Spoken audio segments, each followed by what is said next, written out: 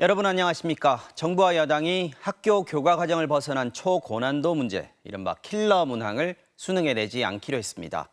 윤석열 대통령의 지시에 따라 학교 교육을 강화하고 사교육 부담을 줄이겠다는 겁니다. 문재인 정부가 폐지하기로 했던 특수목적고와 자율형 사립고는 그대로 유지하기로 했습니다. 먼저 윤수한 기자입니다. 윤석열 대통령이 공정한 수능을 강조한 지 나흘 만에 열린 회의. 정부 여당은 지난 문재인 정권에 거치며 학교 교육의 질이 하락하고 사교육비가 50% 이상 급증했다고 지적했습니다. 해결책의 하나로 수능에서 최고난도 문제, 이른바 킬러 문항을 내지 않겠다고 밝혔습니다. 대학 교수도 풀기 어려울 정도의 배경 지식을 요구하는 킬러 문항 때문에 사교육이 초래된다는 겁니다. 킬러 문항은 시험에 변별력을 높이는 쉬운 방법이나 이는 학생들을 사교육으로 내모는 근본 원인이므로 공정한 수능이 이른바 물수능을 의미하는 건 아니라며 적정 난이도를 확보하도록 출제 기법을 고도화하겠다고 설명했습니다. 때마침 윤 대통령이 킬러 문항에 늘 문제의식을 갖고 있었다는 대통령실의 전언도 나왔습니다. 힘 있고 돈 있는 사람만 사교육을 통해 킬러 문항을 풀 수 있는 도움을 받는 건 불공정이자 부적절하다는 겁니다. 대신 학생들이 스스로 공부할 수 있도록 EBS 활용을 확대하고 학력 진단 결과에 따른 맞춤 지원도 강화하기로 했습니다. 문재인 정부가 폐지하기로 했던 자율형 사립고와 외국어고, 국제고는 그대로 유지하기로 했습니다. 학생들의 소질과 적성에 맞는 맞춤 교육을 실시하며 지역의 자율적인 교육 혁신을 통한 교육 역량 강화를 지원하기로 했습니다. 학생과 학부모의 불안과 혼란을 부추기는 대형 입시학원들의 거짓 과장 광고 등 불법 행위에 대해선 엄중 대응하겠다고 밝혔습니다. 하지만 교육부 대입 담당국장의 경지를 초래한 6월 모의평가에 대해선 분석 중이라고만 했습니다. 6월 모의고사 저희들 지금 분석 중에 있습니다. 당연히 어떤 부분에 문제가 있었던 것을 국민들에게 소상하게 말씀드리도록 하겠습니다. 교육당국과 사교육계의 이권 카르텔이 무엇인지에 대해서도 여전히 구체적인 근거가 제시되지 않았습니다. 구체적인 학교 교육 강화와 사교육 대책 방안은 오는 21일과 27일에 발표될 예정입니다. MBC 뉴스 윤수환입니다. 수능 문제를 출제하는 한국교육과정평가원 원장이 물러나겠다는 뜻을 밝혔습니다. 논란이 된 6월 수능 모의평가 결과에 책임을 지겠다며 수능을 불과 5개월 앞둔 상황에서 직을 내려놓는 건데요. 정부가 평가원 감사를 예고했고 교육부의 대입 담당국장까지 경질되자 사퇴를 결심한 것으로 보입니다. 박솔립 기자입니다. 지난 3월 이규민 한국교육과정평가원장은 올해 수능 기본계획을 발표했습니다. 올해 대학 수학능력 시험에서는 고등학교 교육과정을 충실히 이수하고 기본 개념에 대한 이해와 적용 능력이 있는 학생이면 문제를 해결할 수 있는 수준으로. 그러나 발표 3개월 만에 이 원장은 공식 사의를 표명했습니다. 대통령실과 교육부가 문제 삼은 6월 모의평가에 책임을 지겠다는 겁니다. 지난 16일 교육부가 대학 입시 담당국장을 대기 발령 내고 평가원을 감사하겠다고 밝힌 지 사흘 만입니다. 수능을 불과 150일 앞두고 출제 주관 기관인 평가원의 최종 책임자가 자리를 비우게 됐습니다. 이제 어느 자로 수리가 될지는 좀 기다렸다가 이제 그때 이제 저희도 대리 체제로 가든지 뭐 그렇게 되지 않을까 싶긴 한데. 대통령의 공정한 수능 엄포에 지난 정부에서 임명됐던 관련 인사들이 줄줄이 자리를 떠나게 된 겁니다. 경질된 교육부 국장은 문재인 정부 시절 유은혜 전 사회부총리 비서실장을 지냈습니다. 또 이규민 원장은 문정부 말기인 지난해 임명돼 임기가 1년 8개월 정도 남았습니다. 야당은 이번 경질 사태를 두고 비판적인 입장을 밝히고 있습니다. 모의고사가 어려웠다고 공무원이 경질되고 감사받는 게 정상입니까? 교육과정평가원에서는 2024학년도 수능의 안정적인 준비와 시행을 위해 업무에 전념하겠다고 밝혔습니다. 그러나 수능이 5개월 앞으로 다가온 만큼 수험생과 학부모들의 혼란은 불가피할 것으로 보입니다. MBC 뉴스 박솔립입니다. 킬러 문항은 내지 않으면서 변별력은 유지하겠다. 정부 여당은 이른바 공정한 수능에 대한 원칙을 보다 분명히 했다는 입장이지만 교육 현장에선 여전히 혼란과 불안이 이어지고 있습니다. 이어서 지윤수 기자가 취재했습니다. 교육부는 킬러 문항 없이도 난이도를 충분히 조절할 수 있다고 장담합니다. 결코 난이도에 혼란을 일으키고 그러지 않을 수 있습니다. 문제를 핀셋처럼 드러낼 수 있거든요. 하지만 수험생 대부분은 이미 쉬운 수능을 기정사실로 받아들입니다. 이럴 경우 단 한 문제 차이로 등급이 바뀌고 당락이 뒤집어질 수 있다고 우려합니다. 하나만 틀리면 그게 쭉쭉 내려가는 게 조금 걱정돼요. 실수로 되게 당락이 많이 갈릴 수 있을 것 같아서 안 그래도 하루에 결정되는 시험인 만큼 좀 컨디션이나 사소한 여건에 따라서 달라질 텐데. 특히 변별력을 어떻게 확보할 수 있다는 건지 혼란스럽습니다. 난리 아니에요 지금. 뭐 우리 아들도 혼동스럽고 잘하는 데는 혼동스럽고 못하는 애는 못하는 대로. 정시에 주력해야 하는 재수생들에게도 날벼락입니다. 변별력이 없어지면 이제 뭐 1등급, 2등급 컷에 간의 간격이 좁아질 텐데 이런 식으로 바뀐다고 하면 더 불안해져서 공부가 잘 안 돼요. 그럴 거면 수능을 왜 보는지 모르겠다는 하수연도 나왔습니다. 애초에 수능이 애들 사고력 기르고 독해력 기르는 건데 킬러 문항을 없애버리면 내신이랑 다를 게 없어지잖아요. 그래가지고 되게 수능이 무의미해지는. 자칫 재수생이 더 늘어나는 부작용을 우려하기도 합니다. 최상위권은 변별하기가 어려워진 거고요. 지금도 가뜩이나 졸업생이 많은데 졸업생이나 N수생 폭발적으로 증가할 수밖에 없는 구조예요. 수험생 커뮤니티에선 도대체 수능이 어떻게 출제되는 거냐 논란이 분분하고 학원가에선 정확한 가이드라인을 달라 애들만 불쌍하다는 탄식마저 나오고 있습니다. MBC 뉴스 지윤수입니다. 정부 여당이 지목한 꼬인 수능의 문제점, 바로 사교육에 과도하게 의존하게 된다는 건데요.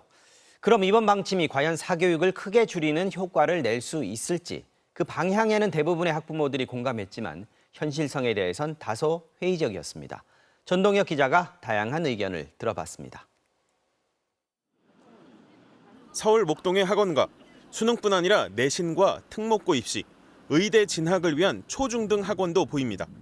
다양한 대입 전형을 쫓아 사교육 시장도 다양해졌습니다.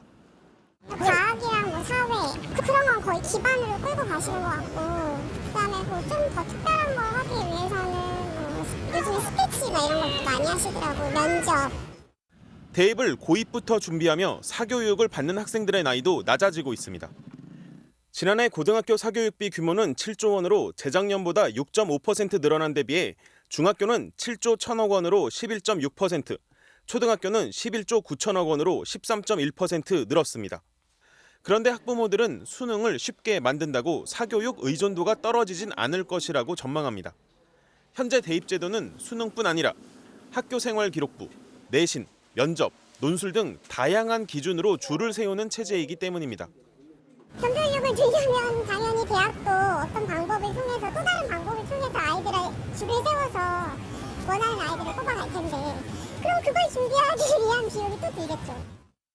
사교육 문제를 해결하겠다면서 자율형 사립고, 국제고, 외국어고를 존치하겠다는 것은 모순이라는 지적도 있습니다. 고교 서열화를 야기하는 이 고교 유형들이 입학 전형에서 사교육을 유발하고 경쟁해야 되기 때문에 이런 정책을 존치하겠다고 하면서 사교육은 경감하겠다라는 것도 엇박자가 심한 정책으로 보여집니다. 학생과 학부모가 사교육 시장에 의존하는 근본적이고 구조적인 진단이 먼저 이뤄져야 한다는 비판에 교육부는 곧 발표할 대책에서 사교육 수요를 흡수할 수 있도록 공교육을 강화하는 방안을 내놓겠다고 강조했습니다. MBC 뉴스 전동혁입니다. 수능을 불과 5달 앞두고 입시 현장에 닥친 혼란. 대통령실에서 메시지가 나온 뒤에 해당 부처가 허겁지겁 수습에 나서고 그 사이에 정책은 혼선을 빚는 모양새입니다. 이런 모습 처음이 아닙니다.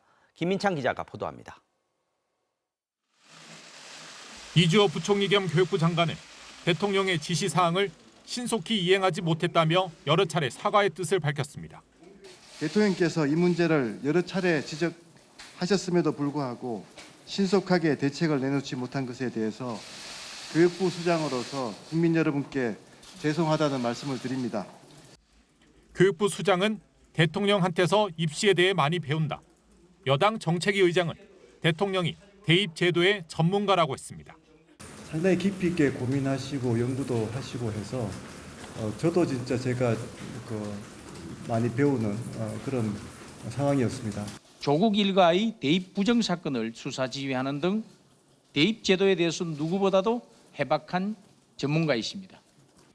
당장 다가온 입시를 앞두고 혼란을 끼친 데 대한 책임을 놓고 여당 대표는 교육부 수장을 질타했습니다. 공정한 수능의 의지를 담은 지극히 타당한 대통령의 발언을 교육부가 국민들에게 잘못 전달하면서 하지만 지금 입시 현장에서의 혼란상이 교육부 장관만의 책임일까는 의문입니다. 처음이 아닙니다. 지난해 만 5세 초등학교 입학 추진 정책 때는 대통령이 신속히 강구하라고 지시했지만 거센 반발 속에 박순애 부총리가 사퇴하면서 마무리됐습니다. 주 69시간제 논란을 빚었던 지난 3월 근로시간 개편안은 고용노동부와 윤 대통령, 대통령실의 엇박자 속에서 부처만 여론의 문매를 받았습니다. 주무부처 장관으로서 제가 많은 부족함이 있었고 그건 송구스럽게 생각을 합니다. 대통령실에서의 메시지 발신 이후 수습은 부처에서 하고 정책은 표류하는 상황의 반복입니다. 민주당은 무책임한 입이 부른 교육 참사 시즌2라고 규정했고 정의당도 대통령의 국정 운영의 가벼움을 비판했습니다. 대통령이 잘 알지 못하는 즉흥적인 국정 운영에 나라가 출렁이는 일을 더 얼마나 겪어야 하는 것입니까?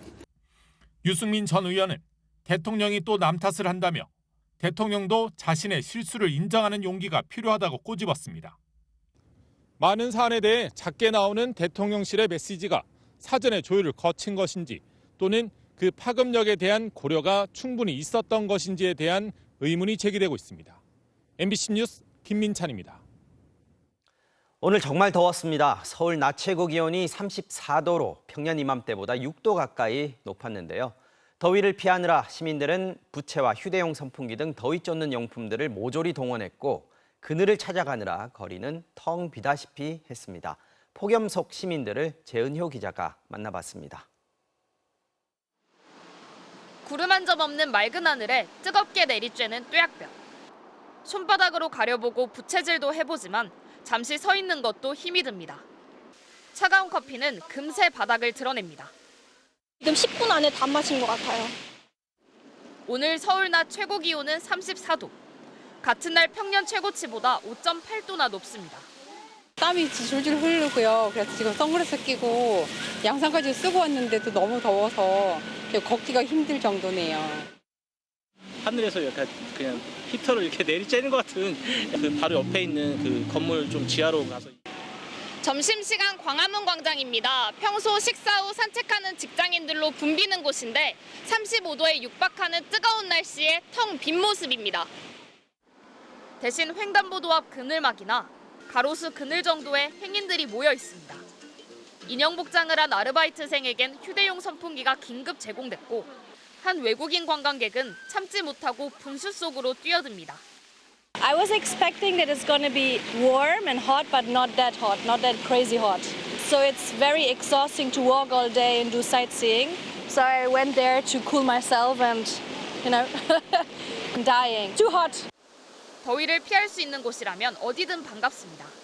6월 달에 이렇게 일찍 더운 거는 정말 태어나서 몇 번째 아닌 것 같아요. 실내 냉방이 잘 되는 곳들은 벌써 피서지가 됐습니다. 실내에서 좀 있는 게 좋을 것 같아서 더위가 좀 사그라질 때까지는 있을 예정이고. 이번 무더위가 시작된 어제와 그제 이틀간 온열 질환자는 전국에서 26명 발생했다고 질병관리청은 밝혔습니다. MBC 뉴스 재은유입니다. 오늘 더위는 기록적이었습니다. 경기도 양평과 여주의 낮 기온은 37도를 넘었습니다. 전북 전주, 충남 홍성 등 서쪽 지방은 기상 관측 이후 6월 중순 최고 기온 신기록을 경신했습니다. 고양시 일산호수공원에 중계차가 나가 있습니다. 최아리 캐스터, 밤에도 한낮에 열이 식지 않은 것 같은데 그곳은 어떻습니까? 네, 그렇습니다. 오늘 날이 덥다 못해서 아주 뜨거웠죠. 그래도 밤이 된 지금은 낮에 비해서는 한결 낫습니다. 또 시원한 분수대 근처여서 이따금 선선한 바람도 불어오고 있는데요. 또 더위를 식히기 위해서 산책을 즐기는 많은 시민분들의 모습도 보이고 있습니다. 현재 이곳의 기온은 27도 안팎을 나타내고 있습니다. 먼저 오늘 더위가 얼마나 심했는지부터 살펴보겠습니다. 이 서쪽 곳곳으로는 6월 중순 기준 역대 최고 기온을 갈아치웠는데요. 특히 전주가 35.4도로 기상 관측을 시작한 이래에 105년 만에 역대 최고 기온을 보였고요. 서울도 34도로 올 들어 가장 더웠습니다. 또 비공식 기록이지만 경기도 양평군 옥천면과 여주 등지는 37.3도까지 치솟았습니다. 이 주말부터 열기가 쌓인 데다가 동풍이 불어들면서 서쪽 지방의 공기를 더욱 뜨겁게 달군 건데요. 그래도 이번 폭염은 내일부터 한풀 꺾입니다. 수도권 등 내륙 곳곳의 폭염특보도 잠시 후 밤 8시를 기해서는 모두 해제될 전망입니다. 내일 낮부터는 하늘빛도 흐려집니다. 밤에는 전국적으로 더위를 식혀줄 비가 내리겠는데요. 예상 강우량은 제주 남부와 산지에 최고 70mm 이상, 서울을 비롯한 그 밖의 전국에 10에서 60mm가량이 흠뻑 오겠습니다. 이 비는 모레 오후에 수도권 등 서쪽 지방부터 그치겠는데요. 다만 비가 오는 동안에는 벼락이 치거나 돌풍이 부는 곳이 있어서 시설물 관리와 안전사고에 유의해 주셔야겠습니다. 이 비가 그친 뒤에도 당분간은 흐린 날들이 이어질 전망이고요. 기온도 대부분 30도를 밑돌면서 당분간은 이번 같은 심한 폭염이 나타나진 않겠습니다. 또 일요일쯤에는 제주를 중심으로 뒤늦은 장맛비가 내릴 가능성도 있습니다. 지금까지 일산호수공원에서 전해드렸습니다. 지난 주말 갑작스런 교통사고로 세상을 떠난 서울 아산병원의 주석중 교수. 심장 수술의 권위자였던 고인에 대한 추모의 물결이 이어지고 있습니다. 평소 환자밖에 모르는 사람이라는 말을 들을 정도로 열정이 넘치는 진짜 의사였다고 하는데요. 그런 만큼 많은 이들이 안타까워하고 있습니다. 차현진 기자가 전해드리겠습니다. 수복이 쌓인 국화위에 옅은 미소를 짓고 있는 영정. 고인에게서 새 생명을 얻었다는 환자들의 조문이 끊이지 않습니다. 다른 병원에서 희망이 없다고 그래가지고 왔는데 선생님이 수술하시고 경과가 좋아서 지금까지도 아무 이상 없이 잘 지내고 있는데 10몇 년 전에 저희 남편 심장 수술을 해주셨어요. 너무 가슴이 아파서 진짜 비통하다고 그래야 되나?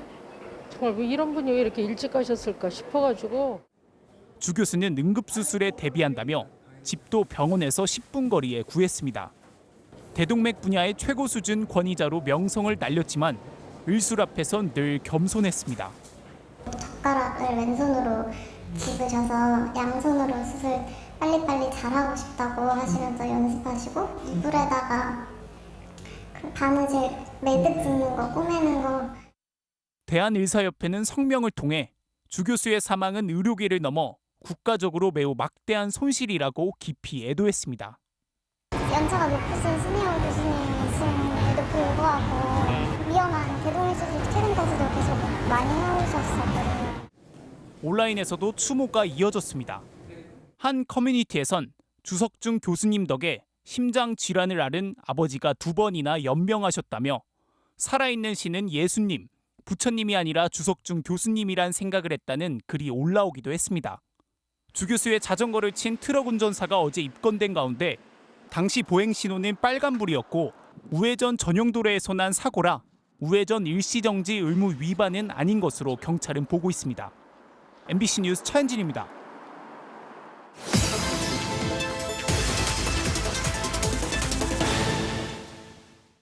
바로 간다. 사회팀 백순호 기자입니다. 이곳은 서울 강남의 대규모 재건축 단지 현장입니다. 유명 대형 건설사 2곳이 나눠서 아파트를 짓고 있는데 최근 이 공사 때문에 아이들 학교 보내기가 겁난다는 주민들의 불만과 민원이 빗발치고 있다고 합니다. 아이들이 학교 가는 길 얼마나 위험하다는 건지 바로 가서 확인해 보겠습니다. 수업을 마치고 335 학교 밖으로 나오는 학생들. 하지만 가는 길이 순탄치 않습니다. 어린이 3명이 나란히 걷기에도 비좁은 울퉁불퉁한 인도. 각종 중장비와 대형 건설 자재가 쉴 새 없이 움직입니다. 아이들과 공사장 사이에 놓인 건 어른 키높이 정도의 천으로 만든 가림막뿐입니다. 가벽이 낮으니까 아무래도 저희 아이들은 이게 머지하면서 밀어보기도 하고 그 아랫부분에 그냥 발도 이렇게 넣거든요. 그래서 매우 위험해요. 정류장에 앉아서 버스를 기다리는 것도 조마조마합니다. 돌멩이들 막 싣고 다니는 게 계속 줄 흘렁흘렁거리고 약간 내려갔다가 올라가는 거 보고 너무 무서웠어요. 내년 1월 입주를 앞두고 한창인 공사. 겨우 2-3m 거리에서 대형 철근빔과 철판, 콘크리트 자재가 등하굣길 학생이나 보행자들 머리 위로 위태롭게 오갑니다. 아이를 안은 여성 옆으로 쇠사슬에 묶인 건설 장비가 크게 출렁이며 움직이고 건널목에 서 있는 사람의 바로 뒤에서 대형 굴착기가 360도 회전을 하는 게 일상이 됐습니다. 인도와 공사장을 구분짓는 가림막은 천막으로 된 데다가 기둥 역시 쉽게 흔들리는 수준입니다. 인근 주민들이 불안을 호소하지만 재건축 조합은 묵묵부답입니다. 이 안전관리 관련해서 그 조합 측은 따로 입장이 없으시다고 보면 될까요? 입니다. 시공사인 대형 건설사들은 자신들과 무관하다는 입장입니다. 조합이 별도로 발주한 그 상가랑 뭐 이런 공사라서 저희랑은 완전히 별개입니다. 안전 우려가 제기된 현장 공사를 맡은 한 중소건설사는 오히려 높은 가벽을 세우면 쓰러질 위험이 있어 가림막으로 대체했다고 합니다. 관할 강남구청도 보행로 바로 옆에서 하는 공사라 가벽 설치가 어렵다고 답변했습니다. 공사장 반경 1km 안에 있는 초중 고등학교는 모두 8개. 아무도 잘못한 게 없다며 공사가 진행되는 사이 위험천만한 등굣길은 계속되고 있습니다. 바로 간다 백수입니다. 지난달 하늘을 나는 비행기 안에서 한 승객이 비상문을 열었던 사고가 있었죠. 오늘 새벽에도 비슷한 일이 일어날 뻔했습니다. 운항 중이던 여객기 안에서 한 남성이 출입문을 열겠다면서 난동을 부리다가 제압이 됐습니다. 정동욱 기자가 취재했습니다. 사건은 필리핀 세부 막탕 공항을 떠나 인천 공항으로 향하던 제주항공 보잉 737-800 여객기에서 일어났습니다. 이륙 약 1시간 뒤인 오늘 새벽 4시쯤 20대로 추정되는 남성 승객 한 명이 여객기 맨 앞쪽 출입문을 열려고 시도했습니다. 당시 비행기는 두돌이 안 된 아기 1명을 포함해 승객 184명을 태우고 고도 9km 상공을 날던 중이었습니다. 다행히 기체 내외부 압력 차이로 출입문이 열리진 않았고 이 남성은 승무원과 다른 승객들에게 제압당했습니다. 안전상으로 전혀 이슈가 있었던 건 아니고 심리적으로 불안정했다거나 이런 상황도 딱히 없었다고 확인됐습니다. 제주항공 관계자는 이 남성이 탑승 뒤 가슴이 답답하다고 호소해 관찰이 용이한 맨 앞열로 이동시켰는데 그러자 갑자기 출입문을 열려고 돌진했다고 설명했습니다. 또 제압된 이후에도 횡설수설하며 돌발 행동을 계속 이어갔다고 밝혔습니다. 함께 탔던 한 승객은 인터넷 카페에 글을 올려 해당 남성이 문을 열어 승객들을 죽이겠다고 말했다며 당시 상황을 전했습니다. 항공기 탑승할 때 문 있잖아요. 그 탑승 문 보면 바로 건너편에 문이 하나 더 있어요. 착륙까지 3시간가량 좌석에 구금됐던 이 남성은 착륙 직후 인천공항 경찰대에 인기됐습니다. 지난달 26일에도 아시아나 항공에 탑승한 30대 남성이 착륙 직전 200m 상공에서 비상 출입문을 여는 사건이 발생해 큰 사고로 이어질 뻔했습니다. MBC 뉴스 정동욱입니다. 자신의 아내를 살해한 뒤 교통사고로 숨진 것처럼 위장한 혐의로 육군 원사가 구속되는 일이 있었습니다. 유족 측의 요청으로 이 원사의 신상 공개 여부를 결정하는 위원회가 열렸는데요. 결과는 비공개였습니다. 이유가 뭔지 홍익표 기자가 전해드리겠습니다. 지난 3월 강원도 동해의 한 도로를 달리던 차량이 옹벽을 들이받았습니다. 운전하던 40대 육군 원사가 크게 다쳤는데 조수석에선 그의 아내가 숨진 채 발견됐습니다. 하지만 이 원사가 모포에 감싼 아내를 차에 싣는 모습이 CCTV에 담기는 등 수상한 정황이 드러났고 목이 눌린 흔적을 부검에서 확인한 군 경찰은 원사를 살인 혐의 등으로 구속했습니다. 남편이 아내를 살해한 뒤 마치 사고로 숨진 것처럼 위장하려 했다는 겁니다. 남편은 스스로 생을 마감한 아내를 옮기다가 사고가 났다는 입장인 것으로 알려졌는데 유족 측은 남편이 증거를 없애려 시도한 정황도 있다고 주장하며 신상 공개를 요청했습니다. 계속 자살로 주장을 할 거면 증거를 보여달라. 피의자나 지금 대처하는 게 너무 좀 괘씸하기도 하고. 지난주 육군 검찰단은 민간과 전문가 위원 등 모두 7명으로 신상공개위원회를 꾸려 심의에 나섰습니다. 하지만 결과는 비공개였습니다. 육군은 신상공개 필요성, 신상공개에 따른 피의자 본인과 미성년 자녀들이 입게 될 인권 침해 가능성에 대해 논의한 결과 비공개하기로 결정했다고 밝혔습니다.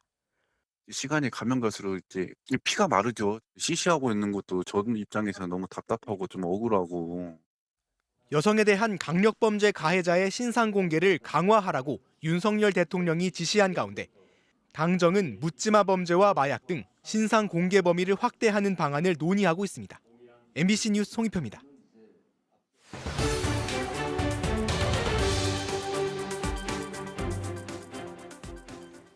코로나 기간에 임시로 허용됐던 비대면 진료, 이번 달부터 석 달 동안 시범적으로 실시가 되고 있습니다. 과잉 진료나 오진을 막기 위해서 적어도 한 번은 직접 병원에 가서 대면 진료를 받아야 하고 이제 그 다음부터 화상으로 비대면 진료를 받을 수 있게 했는데요. 하지만 현장에서는 이 원칙이 잘 지켜지지 않고 있다고 합니다. 정혜인 기자가 집중 취재했습니다.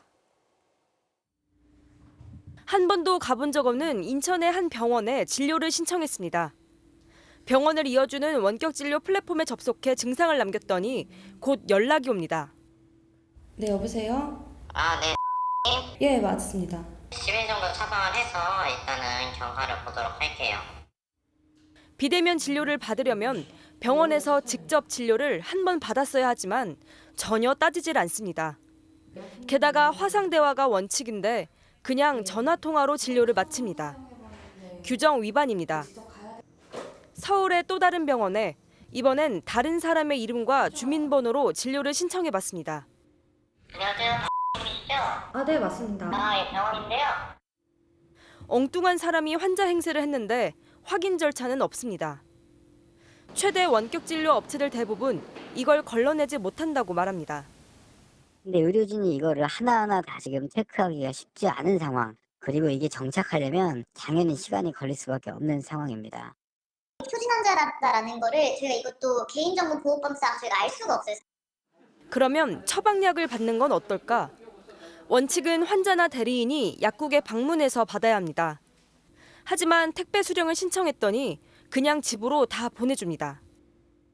저는 지침상 재택 수령 대상자가 아니지만 처방받은 이 모든 약을 4시간 안에 집에서 받을 수 있었습니다.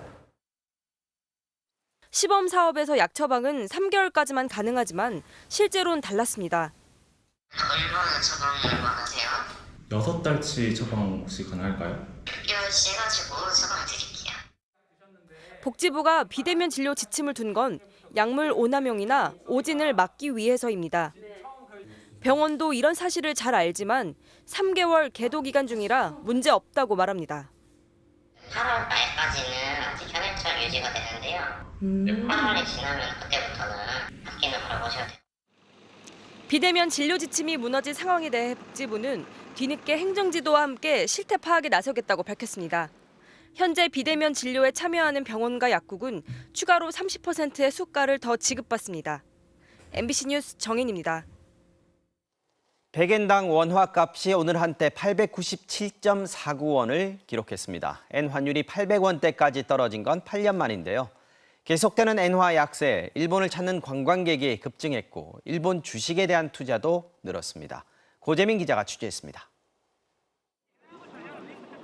일본행 항공편 체크인 카운터에 긴 줄이 늘어섰습니다. 방학 동안에 이제 시간이 남으니까는 여행 가려고 일본이 제일 가깝고 지금 엔화가 싸가지고 뭐 엔화가 떨어진 영향도 분명히 있어서 뭐 선물이나 그런 거 사기에도 부담이 좀 적어서 선택하게 되었어요. 올해 4월까지 일본을 찾은 한국인은 206만 명을 넘겨 지난해보다 125배나 늘었습니다. 특히 엔저 영향이 컸습니다. 지난 4월까지도 100엔에 1,000원 안팎이던 엔화값은 오늘 오전 한때 100엔당 897.49원까지 떨어져 8년 만에 가장 낮은 수준을 기록했습니다. 미국과 유럽 등 대부분이 돈줄을 죄는 통화 긴축 기조를 이어가고 있는데 일본만 반대로 완화 정책을 고수하고 있기 때문입니다. 일본은행은 지난 16일에도 단기금리를 마이너스 0.1%로 장기금리에 해당하는 10년물 국채금리를 0% 수준으로 유지하기로 했습니다. 일본 중앙은행은 사실 기존의 스탠스에서 거의 변화가 없단 말이에요. 통화 공급을 적극적으로 하는 정책을 유지를 하고 있기 때문에 엔화가 쌀 때 미리 바꿔두자는 사람도 늘었습니다. 지난달 국내 4대 시중은행에서 엔화 환전 액수는 301억 엔을 넘겨 1년 전보다 5배 가까이 늘었습니다. 일본 주식 투자 수요도 늘어 지난달 국내 투자자들은 일본 주식 약 439억 6천만 원어치를 순매수했습니다. 하지만 일본의 통화정책 기조가 언제든 바뀔 수 있어 주의해야 합니다. 일본의 통화정책 자체가 일대 긴축적으로 선회를 한다라고 하면은 엔저 현상 자체가 사라지면서 주가 자체도 사실은 좀 조정을 받을 수 있는 부분들이 있습니다. 엔저가 장기화할 경우 우리나라는 자동차, 철강 등 일본과 수출 경쟁 중인 품목에서 경쟁력이 약해질 수 있습니다. 또 일본으로 나가는 한국인 관광객이 너무 늘어 경상수지가 나빠질 우려도 나옵니다. MBC 뉴스 고재민입니다. 북한이 국정 운영 방향을 결정하는 중요 회의에서 최근 군사 정찰 위성 실패를 강하게 문책했습니다. 일꾼들의 무책임 때문이라며 공개 비판했는데 김정은 국무위원장도 위성 실패를 의식한 듯 이례적으로 공개 연설을 하지 않았습니다. 엄지인 기자가 보도합니다. 정찰 위성 로켓이 서해에 추락한 뒤 처음 소집된 북한의 노동당 전원회의. 북한은 한미 훈련에 대응하는 여러 무기 개발 성과를 과시하면서도 정찰 위성의 실패를 주민들에게 공개했습니다. 가장 엄중한 결함은 지난 5월 31일 우주개발 부문에서 중대한 전략적 사업인 군사정찰 위성 발사에서 실패한 것입니다. 실패 원인은 일꾼들의 무책임으로 돌리면서 빠른 시일 안에 성공적 발사를 위한 지름길을 마련하라고 거듭 주문했습니다. 위성 발사가 전투적 과업이라고까지 압박했는데 공개 회의에서 문책할 만큼 문제 해결이 여의치 않아 재발사가 늦춰질 거란 분석이 나옵니다. 김정은 위원장이 역점을 뒀던 사업인데 상당 실패로 체면을 구긴 상황, 결함 자체가 상당히 중요하거나 단기간에 시간을 요하는 실패일 가능성이 높다. 김정은 국무위원장은 이례적으로 공개 연설을 하지 않았는데 통일부는 위성 실패 등 내세울 성과가 없어 나서기 어려웠을 것이라고 평가했습니다. 북한은 핵무기 증산과 함께 미국의 반기를 든 국가들과의 연대 강화를 하반기 중점 과제로 제시했습니다. 한미일 협력에 북중러 연대로 맞서면서 정찰 위성 완성을 위한 기술 협력까지도 염두에 둔 것으로 보입니다. 하노이 북미 정상회담 결렬 이후 물러난 김영철 전 통일전선 부장은 고문 자격으로 다시 복귀했습니다. 대남, 대미 업무를 오래 맡아온 만큼 김여정 부부장을 도와 강경한 비난전에 가세할 것으로 예상됩니다. MBC 뉴스 엄지인입니다. 이재명 더불어민주당 대표가 오늘 국회 교섭단체 대표 연설에서 불체포 특권을 포기하겠다고 선언했습니다. 검찰이 구속영장을 청구하면 스스로 법원에 가서 영장 심사를 받겠다는 겁니다. 윤석열 정부에 대해선 국민을 포기한 정권, 압수수색에만 몰두하는 정권이라고 맹비난했습니다. 신준명 기자입니다. 이재명 대표의 연설에서 가장 주목받은 건 불체포 특권을 포기하겠다는 발언이었습니다. 미리 배포된 원고에는 없던 내용이었습니다. 구속영장을 청구하면 제발로 출석해서 영장 실질 심사 받고 검찰의 무도함을 밝히겠습니다. 전당대회 돈봉투 수사와 관련해 민주당을 탈당한 윤관석, 이성만 두 의원에 대한 체포동의안이 부결된 이후 민주당이 방탄정당이 됐다는 외부의 비판에 대응하면서 내부적으로는 당내 반이재명계 의원들의 공세를 막는 정치적 승부수라는 평가가 나왔습니다. 윤석열 정권의 지난 1년에 대해선 눈 떠보니 후진국, 거대하고 지속적인 퇴행이라고 평가했습니다. 국민을 포기한 이른바 오포 정권의 압수수색, 구속영장, 정쟁에만 몰두하는 압구정 정권이라는 말을 만들어 맹공했습니다. 윤석열 정권은 민생, 경제, 정치, 외교, 안전을 포기했고 그야말로 오포 정권, 국민 포기 정권이라고 할 수밖에 없습니다. 국민을 포기한 정권 대신 민주당이 나서 민생과 경제 회복을 위해 35조 원 규모의 추경 편성을 추진하겠다고 밝혔습니다. 후쿠시마 오염수에 대해선 국제사회와 함께 일본의 보관 비용을 지원하는 것도 고려해야 한다는 방안을 제시했습니다. 국민의힘은 불체포 특권 포기가 이 대표의 대선 공약이었다는 점을 상기시키며 사과가 먼저라고 평가했습니다. 당 내부로부터의 퇴진 압력, 사퇴를 요구하는 다수 국민들의 여론을 일시적으로나마 모면하려는 의도로 보입니다만 어떻든 만시지탄입니다. 정의당은 이 대표의 선언이 방탄정당의 오명을 싣고 혁신으로 나아가는 계기가 되기를 바란다고 밝혔습니다. MBC 뉴스 신준명입니다. 정치자금 불법 수수 의혹으로 수사를 받고 있는 황보승희 의원이 국민의힘을 탈당하고 다음 총선에 나가지 않겠다고 밝혔습니다.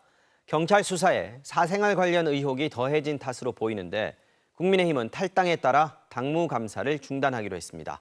야당은 의혹이 당 지도부로 번질까 봐 꼬리 자르기를 한 거라고 비판했습니다. 조희원 기자입니다.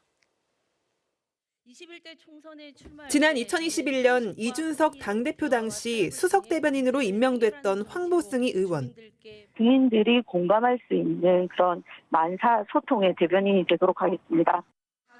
하지만 사실혼 관계인 부동산 업체 회장에게서 금품과 아파트 등을 받았다는 의혹이 불거지면서 대변인 자리에서 물러났습니다. 여기에 지역 기초의원 공천 대가로 금품을 받았다는 의혹에 대해 수사가 이어졌습니다. 사실혼 관계 남성이 관용차와 의원실 운영비를 사적으로 사용하고 이 남성이 총선 출마를 위해 당 지도부에 접촉했다는 의혹까지 일부 언론을 통해 제기됐습니다. 황보 의원은 가정폭력 피해자라며 제기된 의혹은 이혼한 전 남편의 일방적인 주장이라고 반박해왔지만 결국 오늘 탈당하고 총선에 출마하지 않겠다고 밝혔습니다.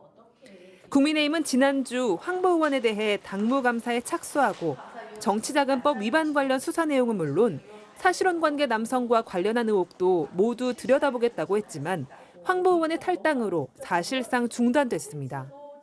탈당을 하시기 때문에 국민의힘 소속이 아니게 되고 따라서 진행 중이던 당무감사는 사실상 종결될 것으로 생각을 합니다.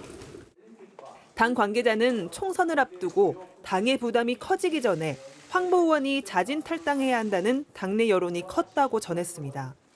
민주당은 황보 의원을 윤리위에 제소한 가운데 공천을 대가로 한 향응접대 논란이 지도부로 번지니 꼬리를 잘라내려는 꼼수라고 비판했습니다. MBC 뉴스 조희원입니다. 대법원은 지난주 불법 파업 피해에 대해 개별 조합원에게 손해배상 책임을 물으려면 각 개인의 파업 가담 정도를 따져야 한다고 판결했습니다. 국회에 발의된 노란봉투법과 비슷한 취지로 해석되면서 여권과 재계가 이 판결을 거세게 비난했는데요. 대법원이 이례적으로 입장문까지 내고 제대로 이해도 못하고 비난하고 있다며 강하게 반박했습니다. 김상훈 기자가 전해드립니다. 현대자동차는 지난 2010년 비정규직 노조의 불법 파업과 공장 점거로 피해를 봤다며 조합원들을 상대로 소송을 벌여왔습니다. 대법원은 지난주 파업의 책임은 기본적으로 노동조합에 있고 조합원에게 책임을 물으려면 각각 가담 정도를 따져야 한다고 판결했습니다. 노동자의 단체 행동권에 방점을 찍은 판결로 국회에 발의된 노란봉투법과 취지가 같다는 평가가 나왔습니다. 여당과 재계는 반발했습니다. 김명수 대법원장은 자신을 포함해 몇몇 대법관의 교체를 앞두고 노란봉투법 알박기 판결을 한 것입니다. 판사 출신인 김기현 대표는 어처구니 없는 판결, 가해자와 피해자 구분조차 못하는 대법관은 법관 자격이 없다고까지 공격했습니다. 재계도 조합원의 파업 가담 정도를 어떻게 입증하냐며 사실상 손해배상 청구가 불가능해졌다고 불만을 터뜨렸습니다. 대법원이 나흘 만에 입장문을 내놨습니다. 내용을 정확히 이해 못한 성급한 주장과 비난은 받아들이기 어렵다며 사법권 독립과 국민 신뢰를 크게 훼손할 수 있으니 자제해달라고 밝혔습니다. 재계의 비난도 조목조목 반박했습니다. 지금도 법원이 각종 자료와 사정을 고려해 누가 얼마나 책임질지 재량껏 결정해왔다며 기업에게 달라질 게 없다고 설명했습니다. 손해배상 청구도 할 수 있고 지금보다 더 입증할 것도 없다는 겁니다. 이미 내려진 판결에 대해선 말을 아끼는 대법원이 추가 입장문까지 내놓은 건 극히 이례적입니다. 최고 법관인 대법관 개인을 겨냥한 정치적 공격까지 이어지자 법리를 거듭 설명하며 논란을 차단하려 한 것으로 보입니다. MBC 뉴스 김상훈입니다.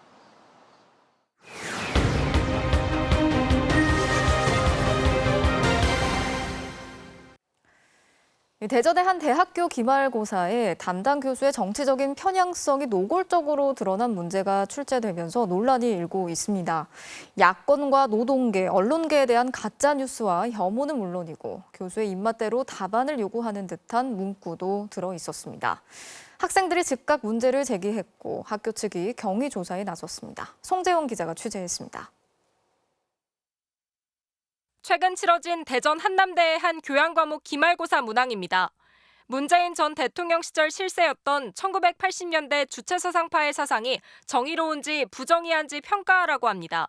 또 최근 민주노총과 전교조 간부들 중 간첩이 있음이 밝혀졌다며 이 간첩들이 윤석열 대통령에 대해 어떤 태도를 보였냐고 묻습니다. 아직 확정되지도 않은 사실을 전제로 답을 쓰라고 하는 겁니다.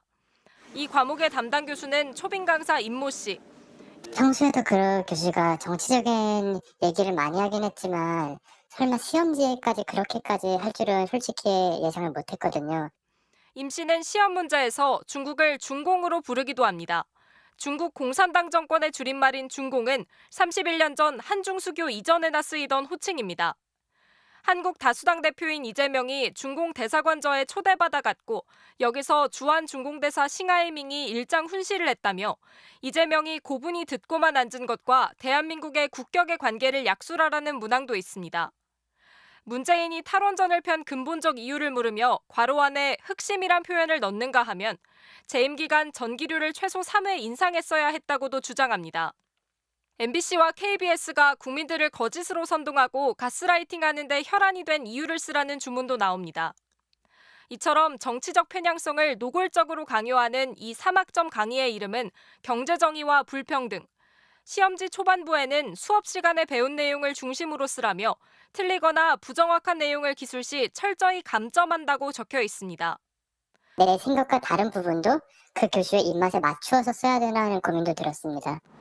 수강 학생들이 즉각 문제를 제기했고 학교 측은 경위 조사에 나서기로 했습니다.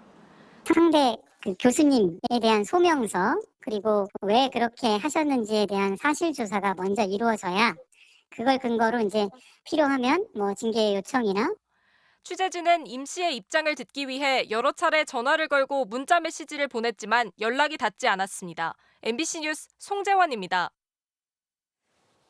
어제 저녁 경기도의 한 터널을 달리던 차량에서 불이 나면서 멈춰서는 일이 있었습니다. 터널 안에서 벌어진 일이라서 자칫 대형 사고로 이어질 수도 있는 상황이었는데요. 마침 현장을 지나던 소방관이 진화에 나서면서 큰 피해를 막을 수 있었습니다. 김세영 기자가 전해드리겠습니다. 어제 오후 제2경인고속도로 청계산 3터널. 달리던 차량들이 속도를 줄이기 시작합니다. 100m 앞쪽에서 희뿌연 연기가 보이더니 이내 불길에 휩싸인 승용차가 나타납니다. 연기 맞는 것 같은데. 불난다. 불러. 이때 멈춰선 차량 한 대. 티셔츠에 반바지 차림의 남성이 뛰어나와 소화전으로 달려갑니다. 사용법을 몰라 당황하던 사고 차량 운전자를 대신해 능숙하게 호스를 꺼내 물을 뿌립니다. 하지만 불길이 잘 잡히지 않았는지 들고 있던 호스를 운전자에게 쥐어주고는 수십 미터 앞 다른 소화전을 열고 진화에 힘을 보탭니다. 엔진룸에 불이 붙은 차량에서 폭발이 일어나기도 했지만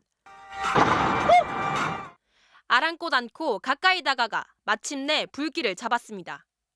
능숙하게 불을 끄던 이 남성은 쉬는 날 외출했다 귀가하던 현직 소방관이었습니다. 화재 직후부터 소방 차량이 도착할 때까지 10여 분 동안 사고 차량 운전자와 함께 현장을 지켰습니다. 뿌옇게 연기 같은 게 나는 것처럼 이렇게 보여서 가보니까 차에 불이 붙었더라고요. 본네트 안쪽으로 불이 붙어가지고 일단은 초기 진압했는데 그냥 자동으로 문이 나갔던 것 같아요. 터널 안 화재라 큰 피해가 우려됐지만 현직 소방관의 자발적 초기 대응 덕에 출동한 소방서는 잔불 정리 등을 한 뒤 6분 만에 완전 진화 판정을 내렸습니다. MBC 뉴스 김세영입니다.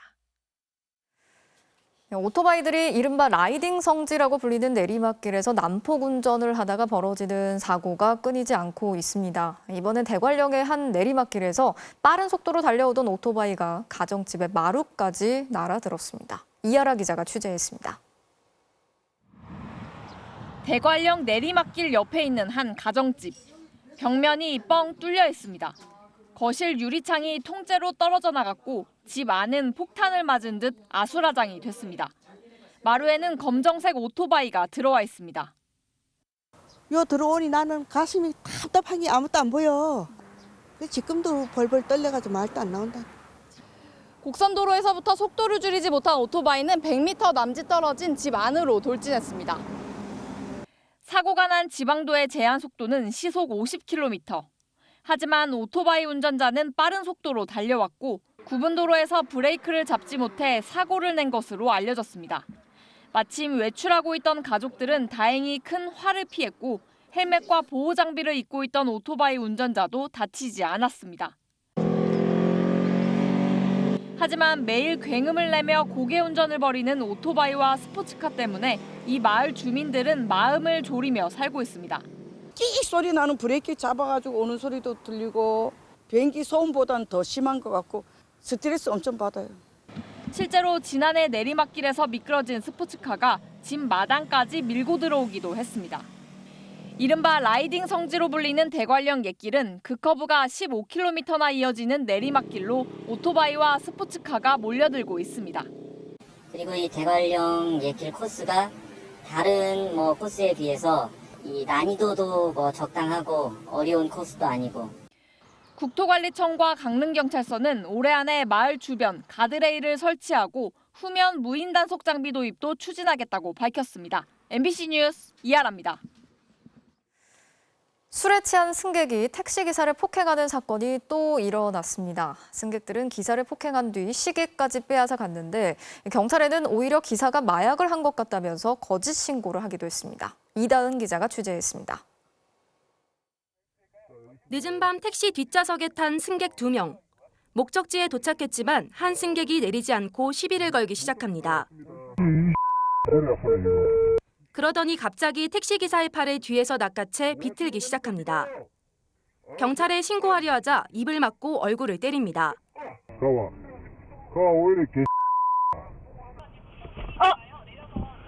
또 다른 승객까지 합세해 택시기사의 팔을 붙잡고 손목시계까지 빼앗아 갑니다. 경찰에 신고 중인데도 아랑곳하지 않습니다.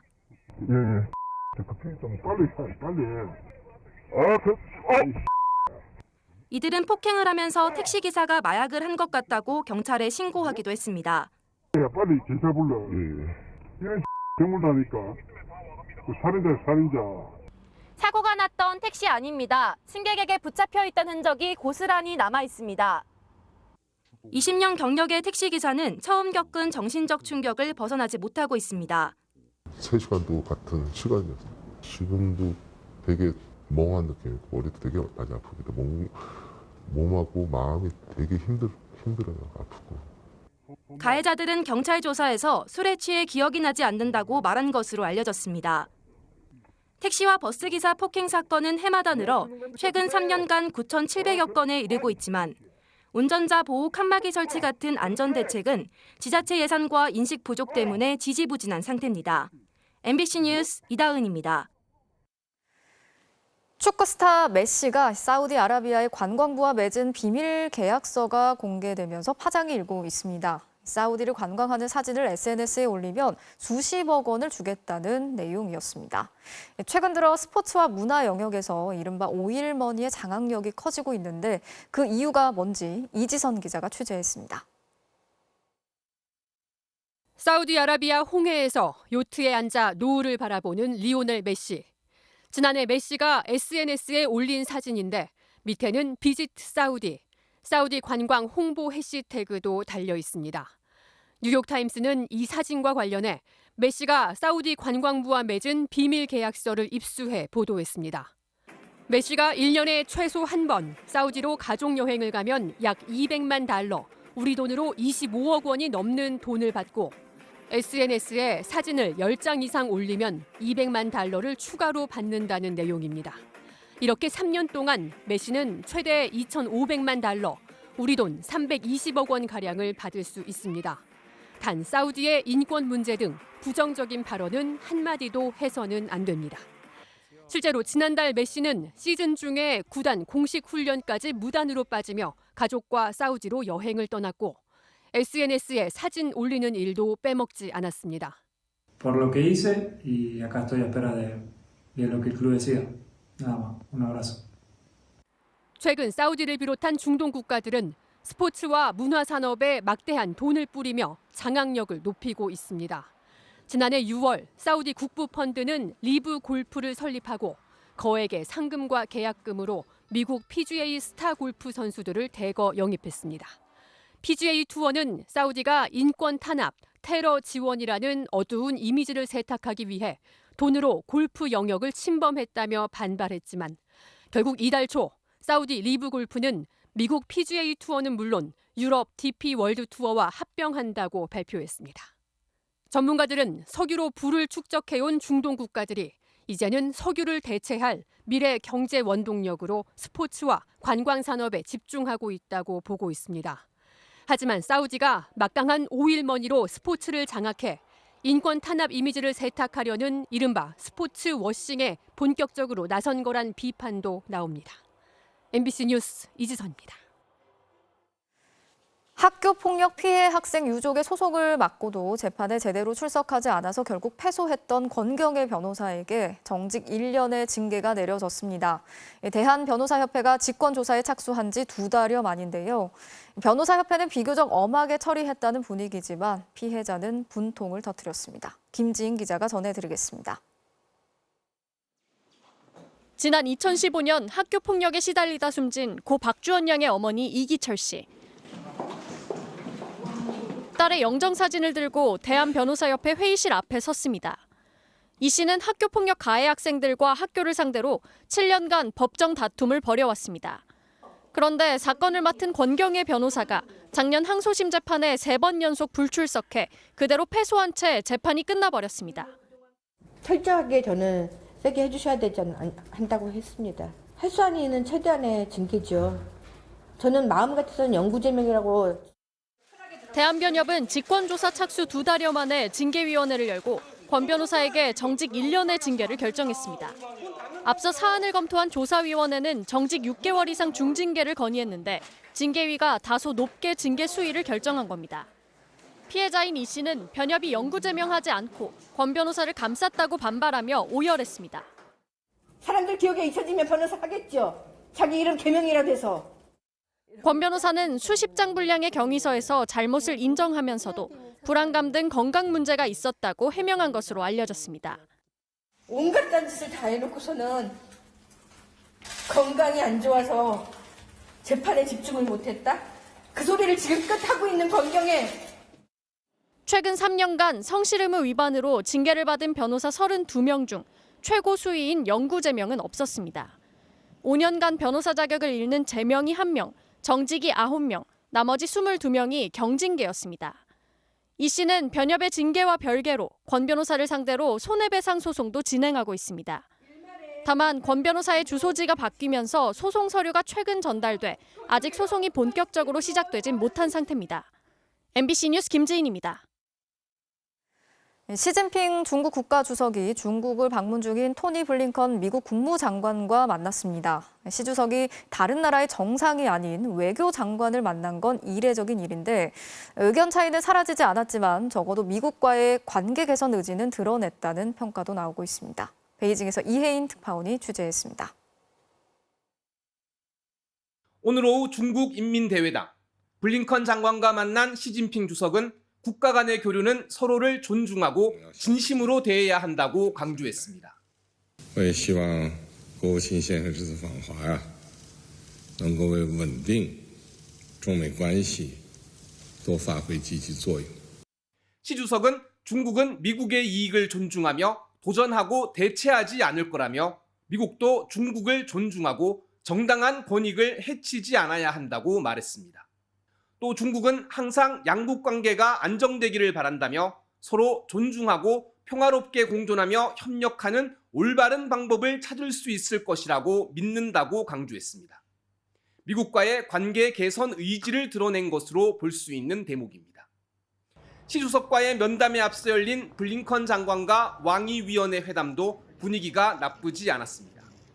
왕이 위원은 블링컨 장관의 방중은 양국 관계의 중요한 시점에 이루어졌다며 대화냐 대항이냐, 협력이냐 충돌이냐를 선택해야 한다고 말했습니다. 또 중미 관계는 앞으로 나아가야 하고 공존할 수 있는 방법을 찾아야 한다며 대중국 정책 전환을 요구했습니다. 구체적으로 중국 위협론 과장 중단, 불법적 중국 제재 철회, 중국 과학기술 발전에 대한 압박 포기, 중국 내정에 대한 간섭 금지 등을 거론했습니다. 블링컨 장관은 이에 대해 중국과 소통을 강화하고 양측의 이익을 공유하는 분야에서 협력을 기대한다는 뜻을 밝혔다고 중국 외교부는 소개했습니다. 최근 바이든 대통령의 관계 개선 희망 발언에 시진핑 주석이 화답하는 모양새입니다. 하지만 양국 관계가 더 악화되는 것을 막는 수준으로 미국의 대중국 정책 기조가 바뀌기는 쉽지 않을 거란 전망이 많습니다. 베이징에서 MBC 뉴스 이혜인입니다. 아동문학계의 노벨상으로도 불리죠. 아스트리드 린드그렌상을 받은 백희나 작가가 첫 번째 개인전을 여는데요. 어른들의 마음까지 따뜻하게 감싸주는 그의 작품 속 주인공들을 더 입체적으로 만날 수 있다고 합니다. 임소정 기자가 다녀왔습니다. 여기 마음속 이야기를 들려주는 마법의 사탕이 있습니다. 내 맘같이 까칠한 사탕을 골랐다. 또 소리가 들리기 시작했다. 그림책 작가 백희나가 10번째로 빚어 내놓은 책 알사탕. 의사소통이 좀 서툰 아이에 대한 얘기예요. 친구를 만들고 싶어 하는. 최근 이탈리아 최고 권위의 아동문학상이 주는 올해 최고의 책에 선정됐습니다. 벌써 6번째 해외 문학상입니다. 어린이 책의 노벨상이라 불리는 아스트리드 린드그렌상 측은 그의 책을 경이로운 세계로 가는 출입문이라 평했습니다. 새로운 이야기가 없다 그러잖아요. 이야기를 가장 재밌게 들려줄 수 있는 방식을 찾는 것 같아요. 책마다 소재를 달리해 인형을 만들고 수천 장 사진을 찍어 완벽한 한 컷을 뽑습니다. 주인공이 살아가는 이 세상을 조그맣게 꾸며간다는 게 재밌어요. 빛을 주고 그거를 딱 사진 찍었을 때 정말 살아있는 느낌을. 그의 그림책 세상엔 성별도 나이도 가족도 정해진 게 없습니다. 상처를 받지 않았으면 좋겠다는 생각이 들어요. 항상 엄마 아빠가 있는 건 아니잖아요. 없어도 괜찮고 같이 있어주고 서로 사랑하는 마음이 있으면 그걸로 완벽한 가족이니까. 그림책 작가가 된 이유기도 합니다. 우리가 이상적으로 생각하는 아이들을 위한 세상 있잖아요. 따뜻하고 예쁜 세상에 저도 머물고 싶었어요. 첫 그림책 구름빵의 저작권을 놓고 출판사와 분쟁을 겪는 시련도 있었지만 독자들 덕에 창작을 이어갔습니다. 자폐증 엄마가 책을 알사탕을 읽고 정말 이런 사탕이 있으면 좋겠다. 아이가 아파서 하루 종일 못 먹었는데 그 책을 보고 빵을 먹었대요. 고된 하루 끝 책을 펼칠 때만큼은 어른도 아이도 위로받는 게 그의 소박한 바람입니다. 고된 육아에 노동이 돼서는 안 된다고 생각을 해요. 같이 즐기면서 화해의 시간이 될 수도 있고 편안한 시간이 됐으면 좋겠어요. MBC 뉴스 임소정입니다.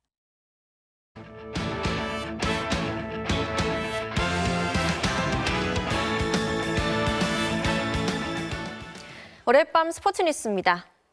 축구대표팀이 내일 대전에서 엘살바도르와 평가전을 갖습니다. 손흥민 선수는 후반 교체로 출전할 예정입니다. 송기성 기자입니다. 가장 큰 관심은 손흥민의 출전 여부였습니다. He's not going to start because he has not 90 minutes in his legs. But I hope that in the second half he gets the opportunity to come back on. 손흥민에겐 출전 시간보다 승리가 먼저입니다. 대표팀을 위해서 언제나 경기를 뛰고 싶고 감독님께서 아직 첫 승을 못 거두셨는데 선수들도 그런 거를 얼마나 큰 의미를 가지고 있는지 잘 알고 있어서 중국에서 구속 수사를 받고 있는 절친 손준호에 대한 안타까움도 드러냈습니다. 저는 준호랑 엄청 가까운 사이고 어릴 때부터 같이 호흡을 맞췄던 친구여서 문자를 보내도 결국에는 답이 없으니까 결국에는 더 걱정하고 생각을 더 많이 하게 되는 것 같아요. 내일 상대 엘살바도르는 피파 랭킹 75위에 나흘 전 일본에 6대0으로 대패했지만 클린스만 감독은 경계를 늦추지 않았습니다. Judge El Salvador on a 6-0 loss against Japan. The game was over after 3 minutes. I told the team already that they not measure El Salvador on this defeat in Japan. 공격적이나 수비적이나 거친 축구를 좋아하시고 또 1대1 상황에서 이기는 그런 상황들을 분명히 좋아하시기 때문에 감독님이 입혀주시는 옷을 저희가 좀 잘 입어야 될 것 같습니다. MBC 뉴스 송기성입니다. 신유빈 선수가 환상적인 수비 능력까지 선보이며 통산 2번째 국제대회 2관왕을 차지했습니다. 지난달 세계선수권을 거치며 랭킹을 20위까지 끌어올린 신유빈. 국제무대에 첫 선을 보인 중국의 신예 리아커에게 첫 게임을 내줬지만 탐색전이 끝나자 본격 실력 발휘에 나섰는데요. 백핸드 랠리 대결에서 우위를 점하며 내리 3게임을 따냈습니다. 특히 이 장면이 압권이었습니다. 상대의 강한 공격에 뒤로 물러선 신유빈이 어렵게 공을 받아내기 시작하는데 6번의 강력한 스매시를 마치 묘기하듯 다 받아 넘깁니다. 관중석에서도 탄성이 터져나오고 때리다 지친 상대 실수로 득점 성공, 상대도 허탈해하네요. 결국 4대2 승리로 단식 정상에 올라서면서 세계 랭킹 10위권대 진입을 앞두게 됐습니다. 또 앞서 열린 여자 복식에서도 전지희와 함께 중국조를 꺾고 우승을 차지하면서 신유빈 선수는 개인 통산 2번째로 국제대회 2관왕을 차지하게 됐습니다. KBO 리그 1위에 복귀한 LG를 설명할 때 빼놓을 수 없는 선수가 있습니다. 내야 전 포지션을 소화하며 빈틈을 채우는 활약으로 존재감을 과시하는 김민성 선수를 박재용 기자가 만나봤습니다. 김민성은 올해 말 그대로 전천후 내야수입니다. 오지환이 부상으로 이탈했을 때는 유격수로. 이거 칭찬해주고 싶습니다. 이러잖아요. 저는 그게 아니고 존경스럽습니다. 때론 적임자가 없어 고민이던 2루에서도 기대 이상의 활약을 보여줍니다. 슈퍼캐치가 나왔습니다. 경기 상황에 따라 1루수는 물론 본업인 3루 자리까지. LG의 내야는 김민성의 발자국으로 가득합니다. 팀이 원하는 역할에서 제가 지금 그 역할을 좀 나름대로 시즌 초반이지만 잘하고 있다고 생각하고 있고요. 문보경의 성장 속에서 개막 직전까지 확실한 자리를 보장받지 못했던 김민성. 하지만 힘이 필요하면 어디든 빈틈을 메웠고 이제 없어서는 안 될 존재로 자리매김했습니다. 권창희가 잠깐 안 좋아서 비어있지만 또 권창희 올라오면 또 좋은 모습 보여줄 거고 저랑 또 다른 역할을 서로가 해야 되는데 그때까지 제가 지금 역할에 좀 최선을 다하려고 생각하고 있습니다. 타석에서도 결정적일 때마다 존재감을 보여주고 있는 김민성. 화려하진 않지만 내실 있는 활약이 이어지면서 LG의 1위 경쟁을 설명할 때 빼놓을 수 없는 공신으로 평가받습니다. 뭐 없지 않으면 뭐 없지 않다고 하면 거짓말인데 제가 여태까지 조금 안 좋았지만 올 시즌만큼은 그래도 좀 부족했던 부분을 잘 채워서 마무리하고 싶습니다. 여기에 실수한 후배를 다독이는 모습으로 베테랑의 품격도 잊지 않는 김민성. 포지션을 떠나 출전 자체가 감사하다며 데뷔 첫 우승만을 바라보고 있습니다. 고맙게도 어린 선수들이 지금 고참 선수들을 좀 잘 믿어주면서 얘기도 잘 들어주고 야구를 배우려고 하고 이런 게 잘 맞아 떨어지는 것 같습니다. 앞으로 시즌 중반 후반에 또 지금처럼 좀 잘해가지고 잘 마무리하고 싶습니다. MBC 뉴스 박재웅입니다. 아버지의 반대에 몰래 당구를 치다가 프로당구 개막전에서 우승까지 차지한 김민아 선수 이야기로 토플레이 출발합니다. 당구의 당자도 꺼내지 말라던 아버지 앞에서 당당하게 우승 도전에 나선 김민아. 통산 5승의 강호 김가영과의 결승전인데요. 한 세트씩 주고받는 예상 밖의 접전으로 승부를 마지막 7세트까지 끌고 갔습니다. 그리고 7대6으로 한 점 뒤진 상황에서 예상치 못한 승부수를 던집니다. 벽부터 맞히는 2점짜리 뱅크샷인데 이게 기가 막히게 들어갑니다. 여기서 자신감을 얻었는지 곧바로 절묘한 비껴치기로 승부를 끝냅니다. 상금 3천만 원과 함께 개인 통산 2번째 우승. 중계 카메라에 엄마 아빠 봤지? 라고 쓰면서 당구를 반대했던 부모님께 영광을 돌립니다. 제가 시합하는 걸 이제 부모님께서 오늘 처음 보시는 거거든요. 시합장에서. 근데 이렇게 또 우승을 할 수 있게 돼서 너무 뜻깊은 대회가 된 것 같습니다. 다음은 미국 축구팬의 정교한 킥입니다. 중앙선 가깝게 붙이면 승리하는 이벤트인데요. 페널티 박스에서 왼발로 가볍게 찼는데 정확하게 중앙선에 딱 멈춰섭니다. 다시 봐도 믿기지 않는 킥인데요. 정말 축구 컬링이 따로 없네요. 지금까지 터플레이였습니다. 아프리카 네이션스컵 예선에서 나온 환상적인 중거리포입니다. 골문 구석에 기가 막히게 꽂혔네요. 어젯밤 스포츠는 있었습니다.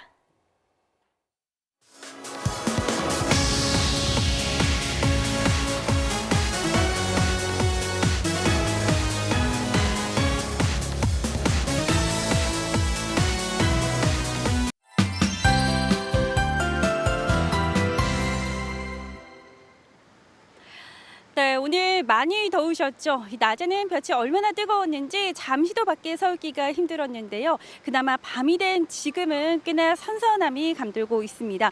먼저 오늘 더위가 얼마나 심했는지부터 보겠습니다. 이 서쪽 곳곳으로는 6월 중순 기준 역대 최고 기온을 갈아치웠는데요. 특히 전주가 35.4도로 기상 관측을 시작한 이래 105년 만에 최고 기온을 보였고요. 서울도 34도까지 올라 올 들어 가장 더웠습니다.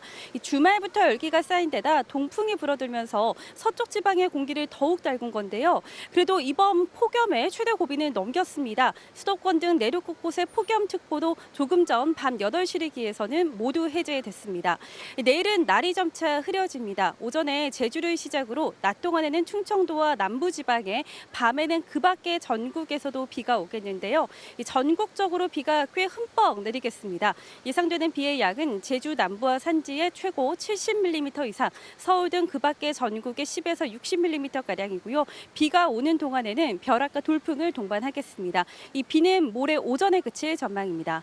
또 앞으로의 기온 전망까지 함께 살펴보시죠. 당장 모레는 서울의 낮 기온이 24도까지 낮아지고요. 이후로도 이번 같은 심한 폭염은 주춤할 것으로 보이는데요. 일요일쯤 제주를 중심으로는 뒤늦은 장맛비가 내릴 가능성이 있습니다. 날씨였습니다. 월요일 뉴스데스크 마치겠습니다. 함께해 주신 여러분 고맙습니다.